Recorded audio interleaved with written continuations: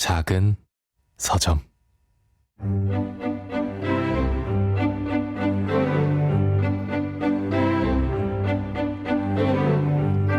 안녕하세요. 작은 서점에서 장강명의 인생책 코너를 맡고 있는 소설가 장강명입니다. 한국을 대표하는 영화배우로서 책에 진심을 갖고 계신 분입니다. 서점 주인이었다가 지금은 출판사 대표로서 활발한 활동을 이어가고 있습니다. 출판사 무제를 이끌어가고 있는 박정민 대표님 모시고 이야기 나누겠습니다.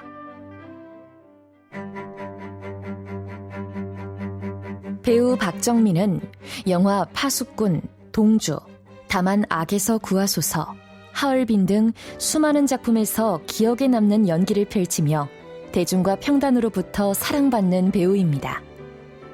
배우로 한창 각광받던 2025년, 돌연 연기 활동을 잠시 멈추고 출판사 대표로서의 활동에 집중할 것을 선언했는데요. 박정민 배우의 책 사랑은 익히 알려져 있어서 독립서점 책과 밤낮을 운영하기도 했고 에세이집 쓸만한 인간을 저술하기도 했습니다. 박정민 대표가 만든 출판사의 이름은 무제인데요. 소외된 존재들의 목소리를 듣기 위해 출판사를 운영하고 있다는 뜻을 밝혔습니다. 무제 출판사의 최근작인 김금희 작가의 첫 여름 완주는 시각장애인 독자들을 위해 오디오북으로 먼저 제작되었는데요. 고민씨, 김도훈, 염정아 등 내로라 하는 배우들이 참여, 완성도를 높였습니다. 어두운 공간에서 청각에만 의지해 오디오북을 감상하는 몰입형 전시를 기획하는가 하면 굿즈와 유튜브 콘텐츠 제작을 통해 독자들과 적극적으로 소통하는 등 박정민 대표와 무제 출판사는 한 걸음 한 걸음 정성을 다해 나아가고 있습니다. 네, 박정민 대표님 안녕하세요. 안녕하십니까. 네. 네. 출판사 무제를 운영하고 있는 배우 박정민이라고 합니다. 반갑습니다. 이게 이제 다양한 활동을 하시는 분을 모실 때마다 이 한국 사회다 보니까 호칭에 신경을 쓰게 됩니다. 그렇죠. 네. 어떤 게 편하세요? 박정민 배우님, 박정민 대표님. 저희가 사실 여기 뭐 게스트로 모실 때에는 뭐 이 프로그램이 뭐 영화 프로그램은 아니니까 뭐 배우 활동에 대해서 뭐 연기 활동에 대해서 여쭙는 게 아니라 독서가 애서가로 이제 모시기는 하는데 뭐 그거랑 상관없이 이제 대표님은 나를 다른 사람이 어떻게 부를 때가 제일 편하더라 뭐 이런 게 있으신가요? 사실 배우님이라는 호칭이 저는 되게 어색하거든요.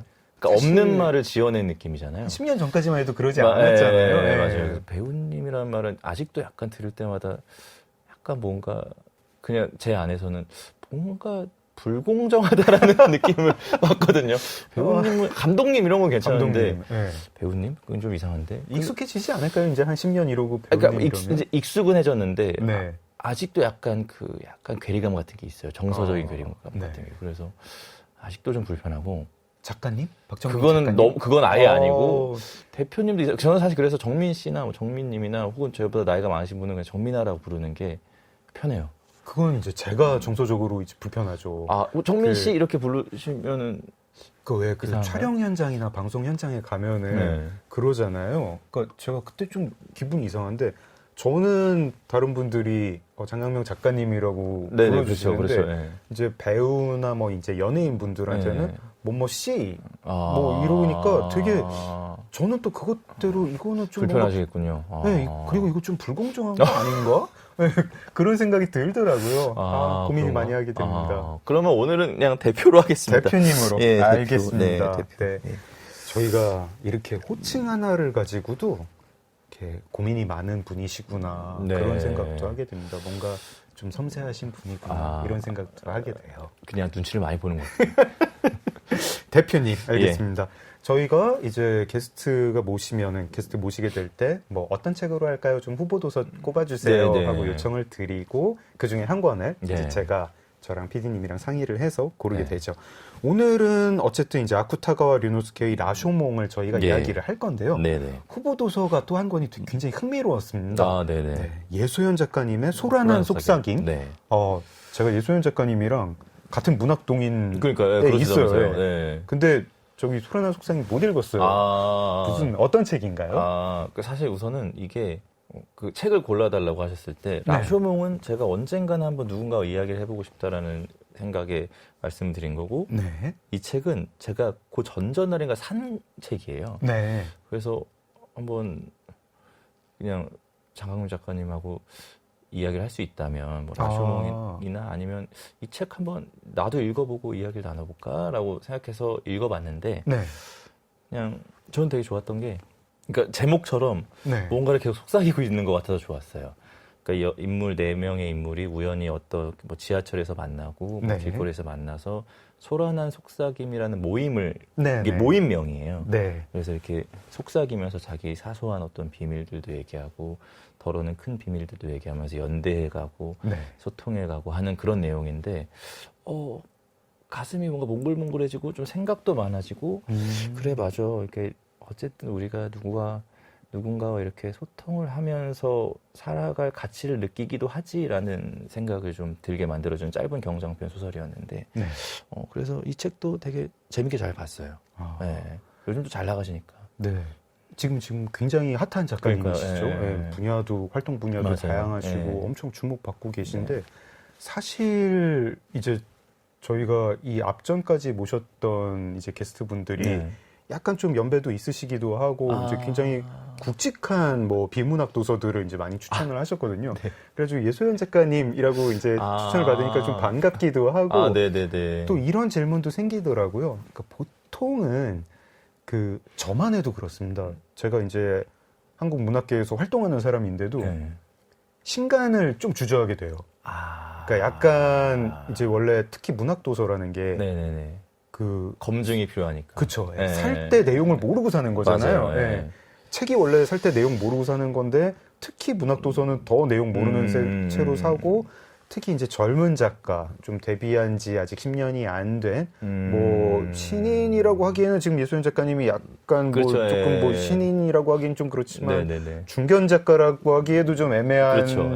그런 작가님의 책을 살 때 약간 주저하는 게 있어요. 조금 그래도 뭐 약간 신간이 나왔는데 이제 그 즈음이 막 이제 좀 굴곡이 뭔가 있을 때이기도 해서 좀 남들이 읽어본 다음에 뭐 평이 좀 쌓이면 그때 봐야지. 뭐 그리고 이제 한국문학 독자가 수가 그렇게 많지 않으니까 막 평이 이렇게 빨리 쌓이는 것도 아니라서 한 몇 달 있다 읽어보거든요. 그래서 소라면 속삭임도 그래서 아직 못 읽었는데 신간 많이 읽으세요? 그리고 한국문학도 많이 사실 읽으세요? 저도 그랬거든요. 작가님처럼 뭔가 누군가가 이제 입소문을 탄 책들을 보통은 사서 읽었었어요. 네.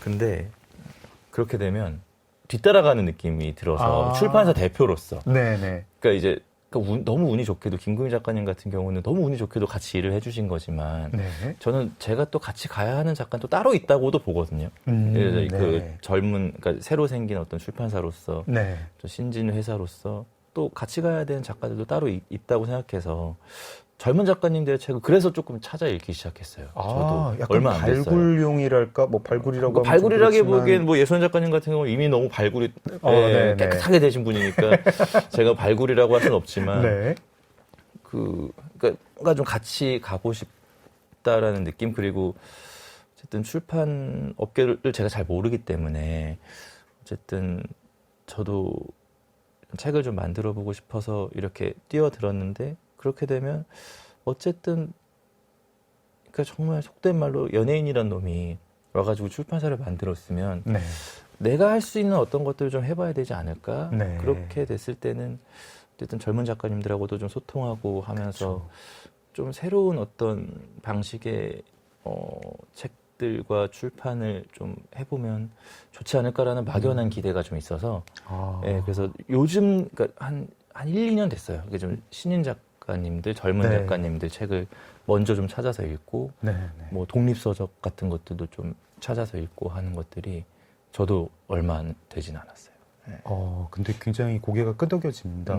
사실 뭐 무라카미 하루키의 신간을 뭐 무제에서 낸다라고 할 때 낼 일이 없죠.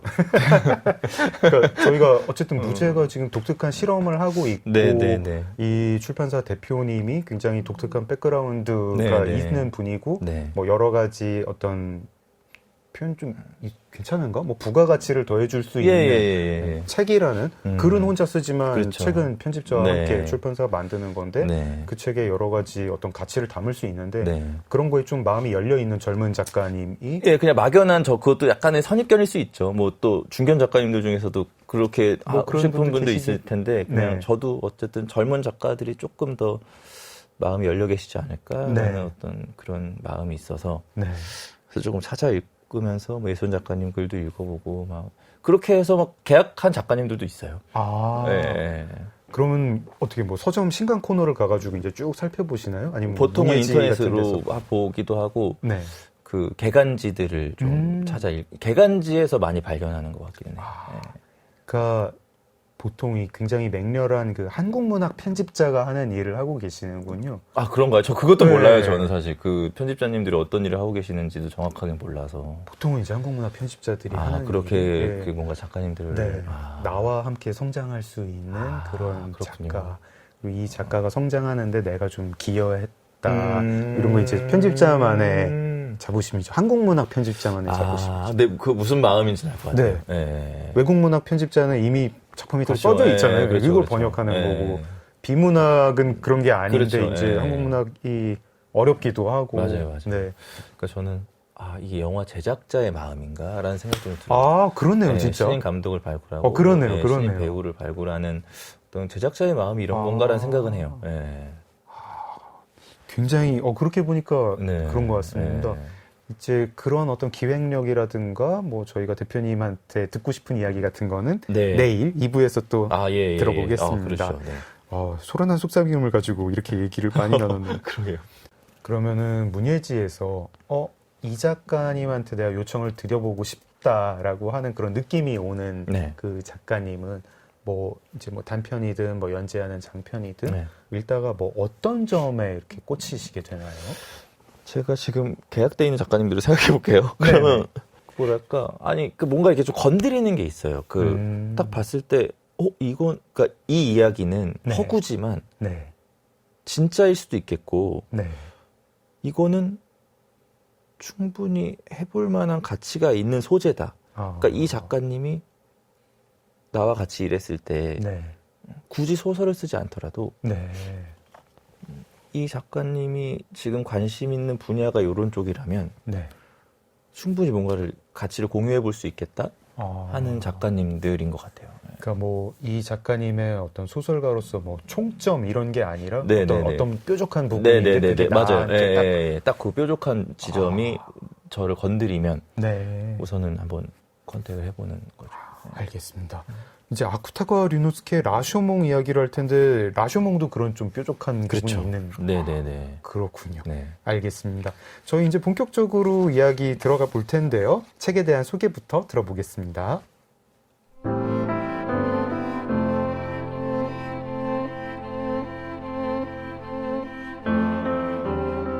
라쇼몽은 일본 근대문학의 거장 아쿠타가와 류노스케의 대표 단편으로 인간의 본성과 도덕의 경계에 대해 묻는 작품입니다. 쇠락한 교토의 나성문을 배경으로 생존을 위해 도덕을 저버릴 수밖에 없는 한 학은무사의 심리를 밀도 있게 그려냅니다. 짧은 분량 속에서도 인간 내면의 이중성과 위선, 그리고 선택의 딜레마를 깊이 있게 파고들며 독자를 사로잡습니다. 또 다른 단편 덤블속과 함께 구로사와 아키라 감독의 영화 라쇼몽의 원작으로도 잘 알려져 있죠. 다양한 시점과 증언 속에서 진실이 해체되는 구조는 이후 수많은 문학과 영화, 연극에 영감을 주었습니다.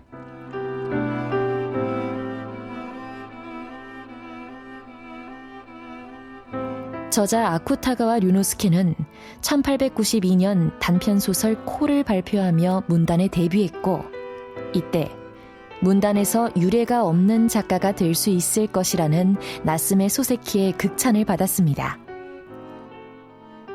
동서양의 고전과 역사에서 소재를 가져와 인간의 모순된 심리와 도덕적 갈등을 탐구한 아쿠타가와 류노스케는 라쇼몽, 지옥변, 덤불속 같은 단편소설을 약 150편 남겼는데요.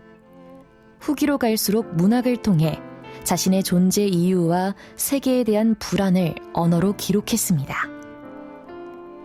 아쿠타가와 류노스케가 세상을 떠난 후 친구이자 문예춘추의 사주였던 기쿠치 칸은 그의 업적을 기리기 위해 아쿠타가와 상을 만들었는데요.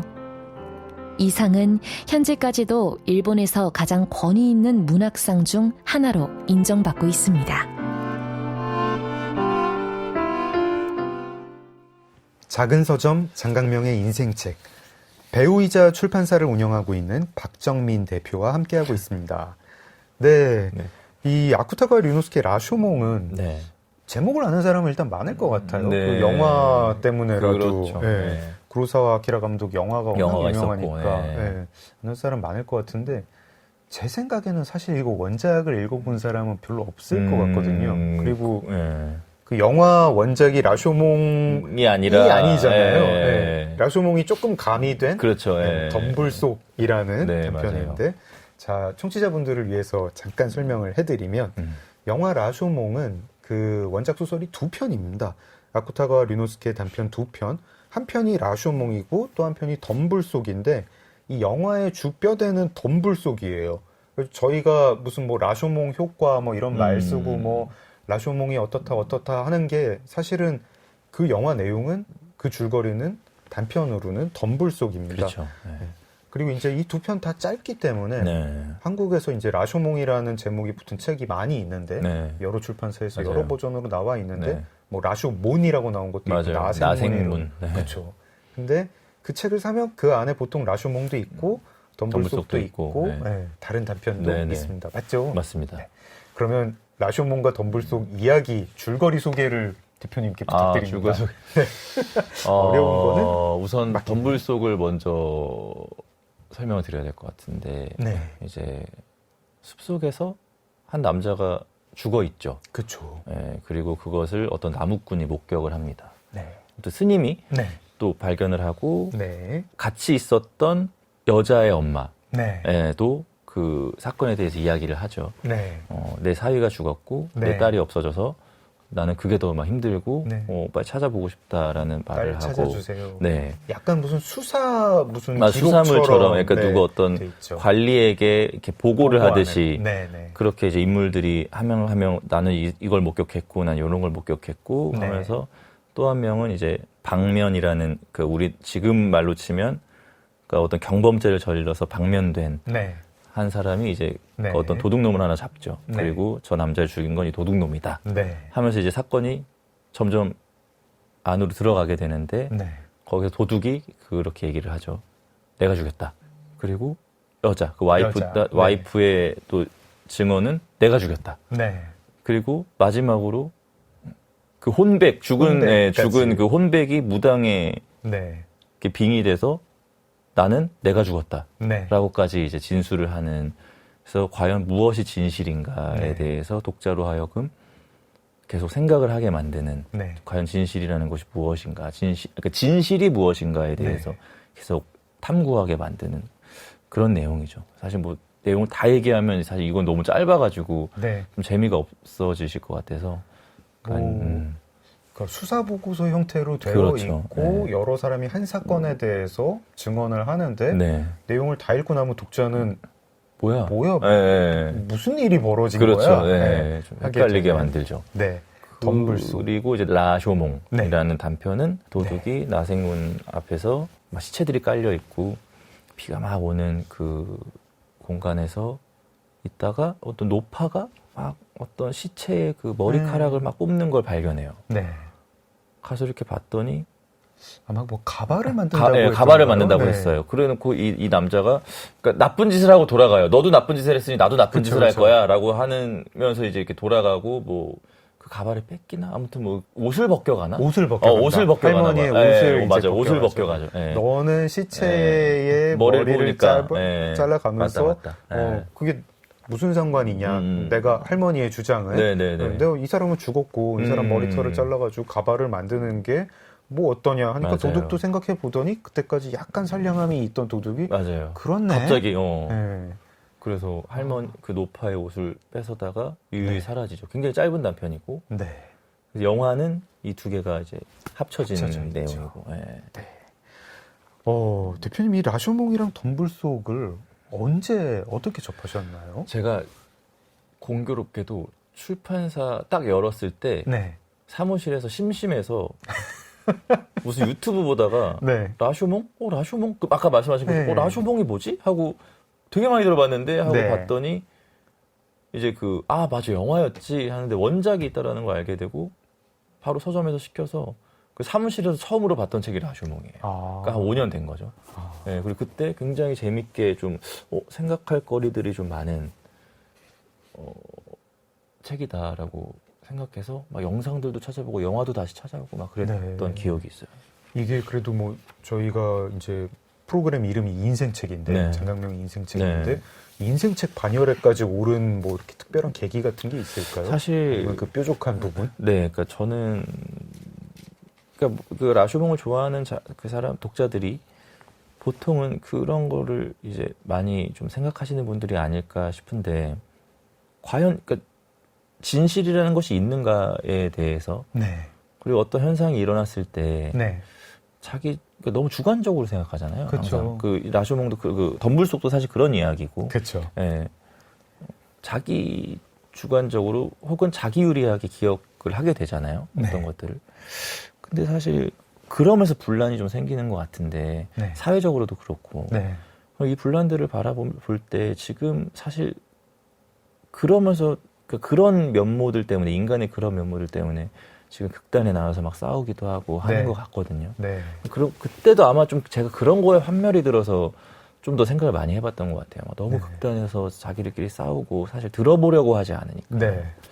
그래서 그때 라쇼몽을 제가 읽고 나서 그래 근데 이것들이 어쨌든 되게 굉장히 오래된 인간의 습성이구나. 이게 1900년대 초에 쓰여진 작품이니까요. 네. 그래 확실히 인간의 습성이라는 것이 그럴 수밖에 없구나. 그럼 안 그러려면 어떻게 해야 되지를 꽤 좀 오랫동안 생각해보고 포기했던 그런 기억이 있죠. 안 그럴 수는 없구나. 네, 안 그럴 수 없겠구나. 지금 말씀하신 바로 이제 인간의 습성. 네. 이게 이제 뭐 사회학이나 뭐 심리학에서 학자들이 네. 그 습성을 연구를 했고, 그래가지고 이름을 붙였는데 그냥 그게 그 이름이 라쇼몽 라쇼몽 효과죠. 효과. 네. 네, 라쇼몽 이펙트죠. 네. 이게 라쇼몽 이펙트라는 게 말은 이제 20세기에 와가지고 영화 나온 다음에 붙었겠지만 그렇죠. 예, 그전 사람들이라고 이걸 모르지는 않았고요. 아마 태초부터 있지 않았을까 이런 태초부터 이런 있었겠죠. 습성들이. 예. 그리고 사실 라쇼몽 이펙트라는 말을 모르는 분이라도 지금 저희 이 청취자분들께서도 이 방송 내용을 들으면서 그 효과를 모른다고 하시진 않을 거예요. 그렇죠. 다들 그런 걸 알고 그거 있겠죠. 같죠. 저는 사실 그래서 그건 어쩔 수 없는 인간의 습성이고 네. 그거를 이용하는 놈들이 나쁜 놈들이라는 결론으로 그냥 내리고 그냥 막 그걸 어떻게 할 수는 없겠구나라는 생각도 했었어요.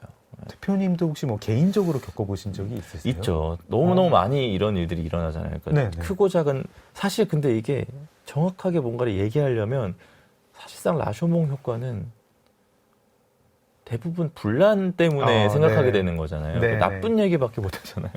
사실 제가 그때 이런 일이 있었는데 저는 이랬는데 그 사람은 이렇게 생각해서 마찰이 있었다라든지. 그렇죠. 네. 왜냐면 나는 이랬는데 저 사람이 이렇게 생각해서 너무 행복했어라는 경우는 별로 못 느껴봤던 것 같아요. 살면서. 이게 서로 기억이 다른 것 때문에 네. 뭔가 사건이 돼야 되는 그렇죠. 거니까. 예. 예. 그리고 이게 되게 민감한 거잖아요. 네가 잘못 말하고 있어. 네가 지금 그렇죠. 거짓말을 하는 네네네네네. 거야라는 건데 양쪽 다 상대가 거짓말을 하는 거라고 믿고 있으니까 그렇죠. 그 정도 사연 되면 이제 심각해지는 거예요. 그렇죠, 이게 그렇죠. 서로 예. 말로 나올 정도 되면은 심각한 맞아요. 거고 갈등이 이게 일어나잖아요. 네, 되게 개인적인 사연이라 가지고 그렇겠군요. 맞아요. 그래서 정말로 막 촬영 현장에서도 많이 일어나죠. 왜냐하면 네. 다 완벽한 인간이 아니기 때문에 네. 자기가 얘기했던 걸 까먹고 네. 자기의 생각이 변한 걸 공유하지 못해서 생겨나는 사고들이 생기잖아요. 네. 사실 감독이라고 완벽한 사람이 아니고 배우라고 완벽한 사람이 아닌데 네. 뭔가 합의된 게 있어서 그렇게 갔는데 네. 감독이 생각이 바뀌었어. 네. 근데 그 공유를 못 받았어. 그럼 이제 거기서 이렇게 하기로 했잖아요. 네. 아니지, 나는 이렇게 하기로 했는데 하고 이제 라쇼몽 효과가. 또 스태프들은 아니잖아, 이거 이렇게 하기로 했었던 거잖아 하고 막 사고들이 일어날 때가 덜어 있거든요. 네. 그러니까 그런 크고 작은 어떤 일들이 항상 그런 어떤 개인적인 그 해석과 인식으로 인해서 생기는 게 아닌가. 아, 근데 진짜 촬영 현장이야말로 라쇼몽 효과가 잘 발생할 것 그럼요. 같아요. 너무 네. 많은 사람들이 많은 사람이 네. 있고 그 많은 사람들이 다 스트레스 그렇죠. 상태이고 맞아요. 네. 시간 마감은 있고 맞아요. 네. 그리고 뭐 연기 지시라는 게 연기 네. 지도든 뭐 연출의 어떤 뭐 이렇게 방향성 설명한다는 네. 게 그게 사실 말하는 사람이 아무리 말을 정확히 해도 정확히 알아들을 수가 없어요. 알아들을 수 없는 예. 거잖아요. 예. 뭐 그걸 알아들을 수 있으면 자기가 연기를 하면 그렇죠. 되는 건데 예. 그래서 뭐 굉장히 크고 작은 일들이 많이 일어날 수밖에 없죠. 그리고 사실 저는 그 부분도 어쨌든 생물로서의 영화가 이렇게 진행이 되는 하나의 네. 그 과정이라고 생각해서 그 부분을 즐기기 시작하면 그것도 꽤 또 지켜볼 만합니다. 멀리서 이렇게 지켜볼 만도 해요. 아, 저는 네. 이제 영화계를 잘 모르니까, 뭐, 영화계라는 곳이, 옛날에 이제 영화 감독이 하는 일이, 네. 굉장히 뭐, 미장센을 뭐, 잘 맞추고, 네, 네, 네. 뭐, 무슨 화면을 예쁘게, 뭐, 내지는 뭐, 음. 굉장히 뭐, 멋진 대사를 만들고 이런, 그런 건 줄 알았는데, 나중에 알고 보니까 굉장히 약간, 부수적이죠, 그거는. 네. 네. 약간 뭐, 회사 CEO 같기도 하고, 그러니까 뭐, 감독이라는 게 사실 이름이 왜 감독이냐면 진짜 다 감독해야 되고 감독을 해야 그런 거거든요. 되니까, 네, 디렉터. 그러니까 저는 사실 저는 감독을 해본 적이 없어서 모르겠지만 네. 장편 영화 감독을 하루에도 수백 개의 건을 컨펌해줘야 되는 아, 자리인 거예요. 컨펌하고. 허락을 이제 구하러 오잖아요. 네, 스태프들이. 네. 감독님 이거 이렇게 할까요? 이렇게 할까요? 그러면 옆에서 보고 있으면 아, 저거는 나는 못하겠다 싶은 게 내 선택 하나하나가 네. 영화를 일로 보낼 수도 있고 일로 보낼 수도 있는 거잖아요. 아주 네. 사소한 것이. 그리고 거기서 이렇게 선택해놓고 자기는 이걸 선택했다고 착각할 수도 있는 거잖아요. 그럴 수도 있고. 그럼 또 라쇼몽 네. 되는 거예요. 아. 네, 그러니까 이게 여러 가지로 감독이라는 위치가 진짜 하나하나 감독해야 되는 자리라서 저는 감독과 연출은 좀 다른 호칭이라고 생각해요. 그렇군요. 네.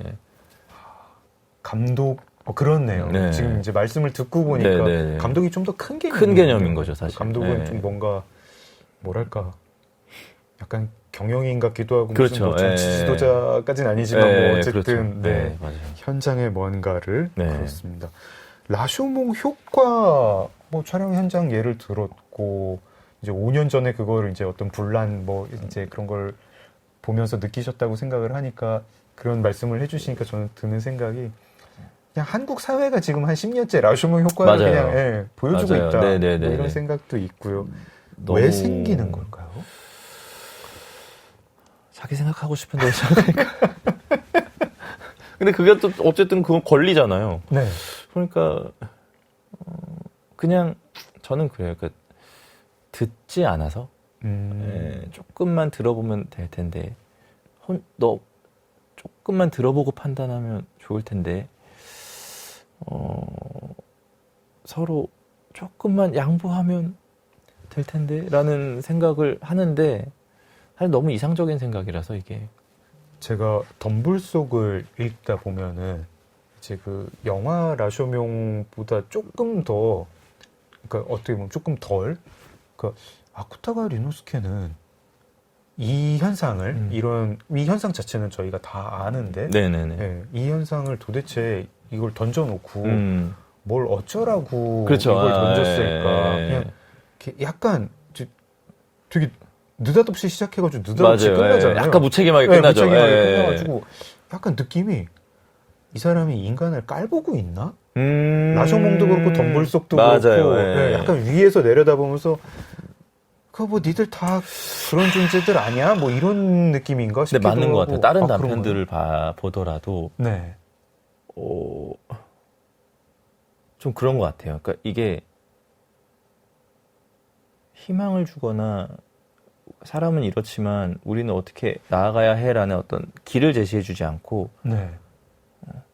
저는 거기에 나오는 모든 인물들이 다 결핍이 있다고 네. 결핍이 되게 두드러진다고 생각하거든요. 네, 류노스케 작가의 그 인물들이 네.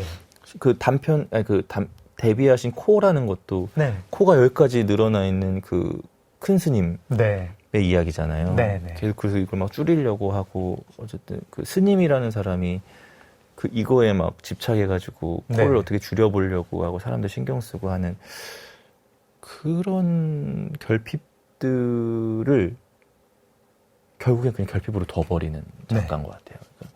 그래서 작가님 말씀하신 것처럼 좀 인간은 원래 이런 거야 라고 이렇게 그냥 좀 펼쳐놓고 생각하게 만드는 습성이 있는 것 같다? 네, 지금 보면. 덤불 속의 그 등장인물들도 다 자기가 좀 어떻게 보여지고 싶은 그렇죠. 그런 마음이 맞아요. 있는 거죠. 예, 네. 좀 자기가 더 영웅이고 싶고, 자기가 네. 조금 더 덜 잘못한 인간이고 싶고, 혹은 멋있는 사람이고 멋있는 싶고, 예, 그런 습성들이 다 사실 되게 꼴 보기 싫은 인간의 습성이잖아요. 네. 그거를 다 이렇게 쫙 나열을 해놓으니까, 네, 좀 그런 것 같아요. 저희가 그러면은 조금 이제 수련을 하면 뭔가 자기 수양을 한다거나 그러면은 뭐 좀 라쇼몬 효과에서 벗어날 수 있을까요? 아니요. 대신. 그래요? 저도 약간 아쿠타가와 류노스케의 관점이기는 한데, 네. 그게, 그러니까, 개인은 사실 저는 그 훈련할 필요가 있다고 생각합니다. 네. 개인은. 근데 그게 모이면 아. 방법이 없다라고 저는 생각해요. 그게 특히 요즘 시대는 더더욱이나 네. 모일 수 있는 공간이 오프라인도 많고 온라인도 많고 너무 그 집단의 힘이 네. 발현되는 공간들이 너무 많으니까 거기에서 그러니까 저는 사실 그거를 옛날에 예비군 가서 많이 느끼고 예비 군복을 입는 순간 딱 약간 입는 순간 다들 어디서 껌 좀 씹던 사람이 되잖아요. 네. 그러니까 그런 건 것 같아요. 그냥 뭐 딱 자기들과 같은 경험을 공유하거나 같은 생각을 공유하는 사람이 모여 있으면 네.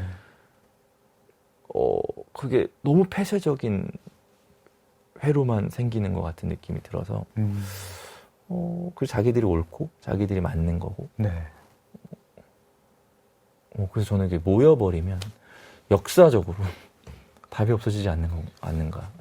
이 덤불 속의 시대적 배경만 해도 그렇죠. 네, 예. 그럴 수 없었고 예를 들어주고 이제 뭐 소설이 워낙 간결하니까 네네. 덤불 속에서 도적이 이렇게 말할 때 혹은 이제 그 아내가 이렇게 말할 때 옆에서 뭐 누가 맞장구 쳐주진 않잖아요. 그렇죠. 계속 네. 쭉 자기가요. 예. 예. 옆에서 맞아 네 말이 맞아 딱 야 너 진짜 센 놈이구나 야 너 보니까 진짜 한 칼에 뭐 이렇게 뭐 죽이게 생겼다 뭐 내지는 그럼요 아유 이렇게 보기만 하셔도 그냥 아주 그냥 굉장히 이 지조를 이렇게 아주 충실히 생각하실 것 같은 고집 있으신 분이십니다 뭐 이런 식으로 얘기를 안 해주는데 요즘은 이제 가면 그렇죠. 예, 해주죠. 그렇죠. 해주죠. 누가 댓글로 달아주거나 좋아요를 눌러주거나 그러면서 기억도 왜곡되게 되고 그렇죠. 자기가 그런 사람이 돼야죠. 저도 사실 그런 게 있는 것 같아요. 그러니까 어느 순간 그냥 그렇게 믿고 살아서 그냥 믿게 돼버린 것들이 생기는 것 같아요. 좀 이게 이제 좀 민감한 질문일 네. 수도 있는데요. 그러니까 지금 사실 이제 어떤 영화 배우라는 그 자리가 네. 이제 과거에 뭐 10년 전, 20년 전에 그 영화 배우가 개인적으로 만날 수 있었던 사람보다 이제는 온라인으로 막 수만 명을 한꺼번에 그렇죠. 막 직접적으로 소통을 할 수 있잖아요. 네네. 그래서 보면 저는 이제 그 어느 정도 유명한 분이 되면 그리고 다른 사람이 이제 내 얼굴을 알아보기 시작하고 그렇게 되면은 아 이게 그 당사자한테도 엄청난 스트레스겠다. 스트레스라기보다 그렇죠. 스트레스도 네. 있고 이제 뭐 인플루언서라고 하는 말을 보면 꼭 그 사람이 다른 사람들한테 영향을 미치는 것 같지만 사실 그 사람을 지켜보는 사람도 이 당사자한테 굉장히 영향을 많이 미칠 것 같고 네네네. 그러면은 이 라쇼명 효과를 이 사람은 더 쉽게 빠지겠다. 그렇죠. 예. 그런 걱정도 좀 그런 하시나요?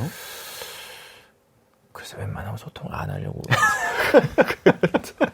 웬만하면 안 보고, 안 듣고, 그냥 이렇게 좀, 계속, 내가 나를 검열해야 하는 순간들을 좀 자주 맞닥뜨리려고 하거든요. 네.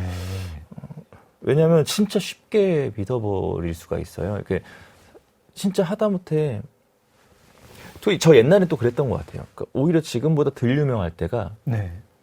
덜 인지도가 덜할 때 오히려 팬들하고 소통이 더 유리하거든요. 왜냐하면 나랑 소통하는 사람이 몇 없잖아요. 네. 근데 한 100명 정도만 뭐 배우님 뭐 팬이에요. 배우님 멋있어요. 배우님 이렇게 하면 내가 유명한 사람이 된 것 같은 기분을 갑자기 느낄 때가 있어요. 네. 근데 사실 다른 사람들 저한테 별 관심 없거든요. 그런데도 뭔가 이게 막 그냥 그 현상의 가스라이팅을 다 하는 거예요. 네. 네. 가스라이팅. 네. 그래서 이게 조심해야 된다 이거. 그런 생각을 굉장히 자주 하게 되죠. 네. 저희 여기서 한번 노래를 한 곡 들어보고 네네네. 네, 이야기를 이어가 보겠습니다. 저희 뭐 추천곡이 있으시죠? 네. 왜 그런 생각이 들었는지 모르겠는데요. 네. 원래는 다른 음악을 듣고 싶었어요. 네. 킬빌로 뭐 킬빌 네. 안에서 네. Be Battle Without Honor and Humanity인가? 아무튼 명예와 인간성이 없는 대결이라는 제목의 노래가 개싸움. 있는데 네, 그게 우리가 흔히 아는 당당다라라당당 액션하는 음악 있잖아요. 예능에 많이 네네. 나오는 그 음악이에요. 근데 너무 그 음악이라서 네. 액션 이게 나와야 될 것 같은 느낌이 들어가지고 이 음악은 너무 좀 별로 안 좋을 것 같다 해서 제가 그 다음으로 좋아하는 네. 더 론리 세퍼드라고 하는 외로운 양치기, 외로운 안내자, 양치기. 뭐 네. 이런 약간 그냥 영화의 분위기랑 좀 잘 어울리는 것 같아서. 네. 알겠습니다. 이것도 킬빌의 킬빌의 OST입니다. 네, 킬빌 OST 중에서 더 론리 셰퍼드 네. 듣겠습니다. 작은 서점 장강명의 인생책 배우이자 출판사 대표 박정민 대표님과 함께하고 있습니다. 저희가 이제 덤불 속 네. 이야기로 벌써 이렇게 시간이 이렇게 갔는데 네. 덤불 속보다 더 짧고 좀 더 난감한 제 입장에서는 더 난감한 옆편이라고 해야 될까요? 하여튼 라쇼몽 이야기를 라쇼몽, 해보겠습니다. 라쇼몽도 끝이 진짜 당황스럽습니다. 그렇죠. 라쇼몽 이 끝을 어떻게 받아들여야 될지 모르겠는데, 그러니까 이제 저희가 짧은 단편이니까 뭐 그 도적, 도둑, 뭐 도둑이 뭐 하는 사람인 것까지는 모르지만 어쨌든 시작할 때는 그래도 선량함이 좀 있는 사람이거든요. 맞아요. 예. 근데 그 노파의 얘기를 듣고는 이제 마지막 남아있던 선량함도 그냥 홀가분하게 그렇죠. 홀가분하게 벗어 던지고 뭐 도와주어도 시원찮을 것 같은 할머니의 옷을 벗겨가지고 그냥 별 죄책감도 없이 가버립니다. 맞아요. 이거 다 읽고 무슨 생각하셨어요? 그러니까 예나 지금이나 똑같구나라는 생각을 저는 조금 했는데. 네. 그러니까 이게 제가 그러니까 네. 내가 그래도 괜찮을 것 같은데라는 생각을 사람이라면 하는 것 같거든요. 사람이라면 하게 되죠. 네. 그래가지고 지금 네. 약간 더 문제가 되는 거 아닌가 이 시대도. 네. 쟤도 저렇게 뭐 예를 들면 네. 쟤도 인터넷에서 저 사람 욕하니까 네. 나도 욕해도 되지. 나도 욕해도 되지. 예. 너가 쟤를 욕하니까 나는 너를 욕해도 되잖아. 라고 하는 풍조가 네. 사실은 그게 옛날부터 그랬다는 거겠죠. 근데 네. 지금 그게 너무 장이 열려버려서 오히려 지금 더 두드러지는 사회 현상처럼 느껴지는 거겠지만 저는 그 책 보면서 그냥 딱 그 생각이 들더라고요. 그래, 옛날이나 지금이나 그 죄책감이라는 거에 있어서 네. 그러니까 저는 죄책감이라는 것에 그 감정을 되게 중요하게 생각하거든요. 네. 평소에도 엄청 시달리고요. 네. 아주 사소한 잘못을 하더라도 네. 그 막 좀 약간 저를 괴롭게 하는 게 있어요. 근데 그걸 해소해 주는 걸 만나는 순간 네. 사람은 더 못돼지는 것 같다라는 생각이 저는 좀 들거든요. 네. 그러니까 용서받은 게 아니라 벗어 던져버리는 순간에 대한 그 순간의 어떤 위험함 네. 같은 것이 저한테도 느껴질 때가 있고, 제가 갑자기 이 정도는 괜찮지 않아? 라고 네. 생각해서 뭔가 저도 모르는 또 다른 잘못된 행동들을 만약에 뭐 혹시라도 하게 된다면 네. 할 때도 있고요. 그래서 그럴 때마다 약간 저 자신한테 대한 환멸을 느낄 때도 있거든요. 네. 대표님이 생각하는 좋은 삶, 좋은 인간이라는 거는 늘 일정 정도 죄책감과 함께 네. 사는 거군요. 네. 그 죄책감이라는 것을 갖고 살아야 되는 것 같아요, 사람이라는 것이. 그러니까 그게 너무 이제 나를 거기에만 함몰되면 이제 내 자신이 너무 괴롭겠지만 네네. 죄책감이라는 걸 못 그러니까 그 감정에 둔한 사람이 네. 위험하다. 뭐 소시오패스가 네네네네네. 그게 저는 좀, 네, 저는 그 생각을 많이 해요. 네. 대표님이 생각하시는 죄책감은요. 흔히 왜 우리가 잠자기 전에 이불 덮었을 때 이불 킥한다. 네. 그런 창피함, 부끄러움 이거하고는 조금 달라요. 건가요? 네, 그러니까 어떻게 이게 다른가요? 법을 어기는 게 아니라 네. 그러니까 내가 어떤 행동을 했을 때 네. 이게 누군가한테 피해를 줬을 것 같은데 네. 그러니까 그게 그냥 아주 사소한 피해면 뭐 그럴 수 있겠지라고 하겠지만 네. 내가 감정적인 상처라든지 네. 저 사람이 지금 나의 말 한마디 혹은 나의 행동 하나가 저 사람의 밤잠을 설치게 할 수도 있는 거잖아요. 네. 그러니까 그런 순간들을 맞닥뜨리면 진짜 무서워해요. 그러니까 내가 누군가의 감정을 건드렸거나 누군가한테 실제적인 피해를 줬을 때 네. 그러니까 그게 무슨 위법이 아니더라도 네. 전 그 감정이 굉장히 약하거든요. 그게 사실 뭐 어렸을 때 형성된 뭐 그런 거라고 해요. 뭐 저도 상담 받아보고 하니까 네. 너무 유독 그러는 것은 근데 유독 그러는 건지도 모르겠어요. 그 다른 사람이랑 얘기를 해본 적이 없으니까. 근데 지금 너무 그런 거 이렇게 하는 건 네. 뭐 이제 어렸을 때 형성된 성격이어서 뭐 이제 조금씩 노력을 해볼 필요도 있다. 너무 그러지 않을. 근데 뭐 제가 근데 그래서 제가 뭐 착한 사람이다라는 건 아니지만 그냥 저는 어쨌든 저의 이런 성격이 네. 최대한 피해를 안 주려고 노력하는 것도 있거든요. 근데 어쩔 수 없이 뭐 또 피해를 줄 때도 있지만. 그러니까 그 흔히 이불킥이라고 하는 감정은 네. 뭐 이제 저도 그런 감정에 휩싸이고 이제 네네네네. 다른 사람들도 이렇게 휩싸인 사람들이 묘사하는 거 보면 내가 그 사람한테 상처를 주지 않았을까 반성하는 게 아니라 그 사람이 나를 어떻게 봤을까 나 망신을 당한 거 아닐까 네네네네. 뭐 그 그거랑은 사람, 저는 조금 그거하고는 다른 것 같아요. 거죠. 네네네. 그냥 그러니까 저 사람이 아프고 뭐 상처받고 이런 게 좀 신경 쓰여요. 네. 그거는 대표님 본인도 다른 사람한테 상처를 좀 많이 받는 성격이라 가지고. 근데 저는 되려 그렇진 않아요. 아, 그러세요? 네, 저는 되려 누군가한테 상처를 잘 안 받아요. 네, 뭐 그럴 수 있지라고 생각하는데 네. 제가 혹시라도 이 사람한테 상처를 줬을까라는 두려움 같은 게 좀 있어요. 왜 왜 그런지 멋진데요? 모르겠어요. 아니, 근데 이게 제가 제 자랑하는 게 아니라 네. 근데 이게 사실은 저는 좀 불편하거든요. 네. 그러니까 사실 이게 좋게 표장을 해서 그렇지 남 눈치를 엄청 본다라는 얘기거든요. 그 남 눈치 보는 거는 오히려 이제 다른 사람이 나를 어떻게 볼까, 나의 평판을 신경 쓰는 거고, 지금 이 죄책감을 가지고 사는 인간이라는 거는 전 좀 좋게 들립니다. 아니요, 저는 굉장히 불편해요. 그러니까 이렇게까지 할 필요는 없어요, 사실. 제가 판단했을 때, 사실 이렇게까지 뭔가 너무 나를 막 깎아먹으면서, 내 감정을 깎아먹으면서 남 신경을 써야 돼? 라는 순간들이 되게 잦거든요, 저는. 저는 이제 제가 보는 이제 뭐 유튜브 동영상 알고리즘이 어떻게 되는지 모르겠는데, 네.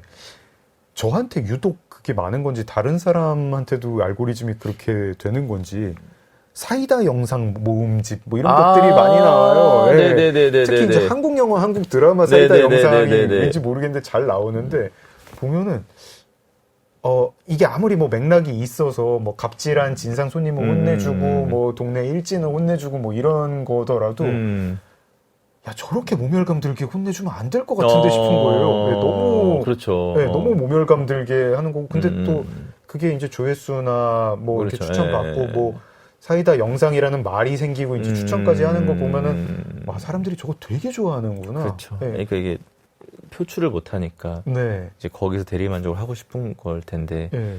그러다 보니까 너무 극단으로 가는 게 아닌가. 네. 근데 보면은 그 핵심이 이렇게 몸에 상처를 주는 게 아니고 그렇죠. 네, 그 사람 마음을 상처를 주는 야, 그 죄책감에 정확히 반대되는 감정, 네 마음을 상처를 주고 싶어, 흉터를 남기고 싶어 하는. 너무 저는 대화가 부족한 시대라고 생각해요. 네. 저희가 소설 라쇼몽 이야기를 하다가 여러 여기까지 가지 이야기를 나누고 있습니다. 저 시간이 벌써 거의 다 됐는데 영화 라쇼몽 이야기도 잠깐 좀 해보고 싶어요. 아, 네네네. 그럼 라쇼몽 소설을 읽고 이제 무제 출판사 막 문 연 사무실에서 영화 라쇼몽도 보신 거죠? 영화 라쇼몽은 네. 옛날에 영화 공부할 때 한번 본 적이 있고 그때는 한예종에서. 네. 그때는 사실 그렇게 막 대단하다고 해서 봤는데 뭐 이렇게 흑백 영화 막 이러면서 봤거든요. 네. 근데 다시 한번 이제 그 책 보고 영화도 봤었는데 네.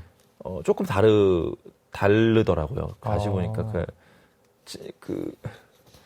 아까 작가님 말씀하신 것처럼 류노스케 작가님은 좀 이렇게 펼쳐놓고 끝내잖아요. 네. 근데 그거는 목격자를 한 명 세우죠. 그렇죠. 예, 그 나무꾼을 목격자로 세우고 그 사람이 진실을 말해주고 네. 그 진실이 굉장히 좀 뭐랄까요? 졸렬한 진실이 이제 밝혀지고 네.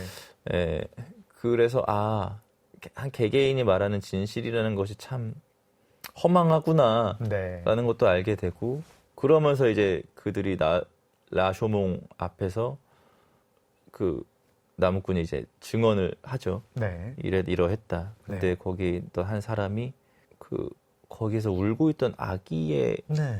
담요를 이렇게 마치 이제 나생문 여기서 합쳐진 거죠. 네. 네. 라쇼몽이란 단편이. 그러니까 그 담요를 훔쳐가죠. 네. 그러니까 이제 그 나무꾼이 뭐 하는 거냐 했더니 너도 거짓말했잖아. 뭘 거짓말했냐? 너 거기 있던 단검을 네가 훔친 것을 얘기하지 않았잖아. 네. 너도 거짓말한 거니까 난 이걸 가져갈 거야 하고 애기 담요를 가져가. 애기 깐난 애기 담요를 이제 가져가 버리죠. 네. 누군가 이제 유기한 아기. 예. 그리고 이제 스님이 그 애기를 이렇게 안고 있고 나무꾼이 자기가 가서 키운다 그러나? 그랬던 것 같아요. 아기가 많은 나무꾼인데. 맞아요. 네. 내가 애가 많아서 애 하나 더 있는 거 뭐 상관없다. 내가 네. 키우겠다 하고 그렇게 아마 영화가 끝나는 걸로 기억하는데. 그러니까 조금 더 책임감 있는 결말을 짓죠. 이 아키라 감독이. 보는 사람도 마음도 조금 더 편해지고. 네. 예, 그래. 얘가 이런 식으로 뭔가 반성을 하고 이렇게 좀 가는구나. 나름의 해피엔딩이구나. 네. 라는 거를 결말로 이제 해서 끝나는데 그래서 아마 영화가 조금 더 사람들에게 인기가 좀 많았던 것 같아요. 네. 네. 사람들이 씹어 먹기에 소화하기에 그렇죠. 좀 맞아요. 이렇게 편안하게. 네. 네. 근데 그 영화가 구로사와 아키라 초기작인데 네. 일본에서 개봉했을 때 완전 망했었대요. 그렇다면서요? 네. 네. 완전 망했었고 그러다가 갑자기 베니스에서 황금사자상 받고 역전이 돼버린. 네. 그러니까 일본의 평단이 약간 바보가 돼버린 네. 그런 영화라고 제가 그때 들었던 것 같아요. 네. 그래서 확실히 영화가 조금 더 관객 대중들한테 친절하게 좀 다가가서 좋은 평가를 받은 것 같아요. 네. 배우 겸 출판사 대표로서 뭐 어쨌든 출판사도 이제 문학 출판을 하는 출판사 네, 대표로서 이제 텍스트 예술도 접하시게 되고 텍스트 예술을 하는 그 소설가들 막 이제 발굴도 해야 되고 네. 누가 성장할까 이런 네, 것도 고민하시게 맞아요. 되고 그러면서 또 촬영 현장에서는 촬영 현장 문법대로 네, 그렇죠. 영상예술 종사자이시고요. 뭐 영화랑 소설 좀 비교해 보시면 어떠세요? 이제 그 책 되게 좋아하시는 분들 중에 저는 별로 동의 안 하는데 나는 뭐 무조건 책이 좋다. 뭐 영화로 만들어지고 나는 역시 책의 감동을 따라가지 못한다. 저는 영화가 더 나은 원작 소설보다 영화가 더 나은 것도 있죠. 있거든요. 예, 있죠. 그거는 뭐 그냥 작가 혹은 감독 개개인의 어떤 능력의 차이라고 해야 되려나요? 네. 그거에 뭐 이렇게 뭐 좌지우지 되는 거지. 뭐 네. 소설이 월등하고 영화는 그거에 비하면 안 돼라는 어떤 이 우열을 가릴 수는 없는 일이라고 생각을 하는데 네. 저도 작가님하고 마찬가지로 원작보다 좋은 영화 많이 봤습니다. 저는 조제 호랑이 그리고 물고기들. 네네네. 영화가 훨씬 좋아요. 저는 조조 래빗. 조조 래빗. 네. 그게 원래는 검은 날개인가? 아무튼 저 모르는 영화. 예, 조조 래빗이라는 영화도 있고 뭐 네. 저기 우리나라에서는 컨택트라는 당신 인생 네, 이야기. 당신 인생의 이야기. 뭐 당신 인생 이야기도 너무 좋은데 네. 저는 컨택트가 너무 잘 구현을. 얘기가 다 완전히 다른 네, 이야기가 네, 네. 됐으니까. 그래서 LA 컨피덴셜. 그렇죠. LA 네. 예, 그렇죠. 너무 원작보다라기보다는 원작만큼 훌륭한 영화들도 많다. 저는 남한산성도 전 네네. 남한산성은 우리나라 영화 중에 제일 좋아하는 영화거든요. 아, 그러세요? 네. 아, 그러니까 원작의 문법을 철저하게 잘 따라갔고 네. 모두가 합심해서 뭔가 너무 단단한 영화를 만들어낸 느낌? 네. 마치 그 소설책처럼. 네. 그래서 저는 그 영화도 굉장히 좋아하고 네. 박찬욱 감독님은 늘 원작이 있는 영화를 만드시니까 아, 네, 뭐 올드보이도 그렇죠. 그렇고 아가씨도 그렇고 네. 다 원작들이 있는데 자기만의 해석으로 너무 훌륭한 영화를 항상 만들어내시잖아요. 그러니까 뭐 그거는 뭐 네. 네. 서로 다른 예술 장르고 그렇죠. 네. 네. 뭘 폄하를 하거나 네, 저는 뭐 전혀 같은 선에서 뭐 네. 네, 비교할 필요는 없다. 네. 스토리텔링이 있다고 해서 꼭 같은 그렇죠. 네, 예, 스토리텔링 그럴 필요는 관점으로 없다. 예. 평가할 저는 사실 제 필요는 꿈 중에 하나가 천여름 완주도 없다. 네. 영화로 만드는 게 제 꿈이거든요. 뭐 아, 제가 그러세요? 만든다기보다는. 오. 네. 그래서 그렇게 되면은 또 누가 어떤 방식으로 이 소설을 표현을 해낼 수 있을까? 네. 혹은 뭐 또 계속 시리즈가 나올 텐데 뭐 네. 그 중에 어떤 것이 영상화가 된다면 그 감독의 해석과 그 제작사의 해석이 보고 싶기도 하고. 네.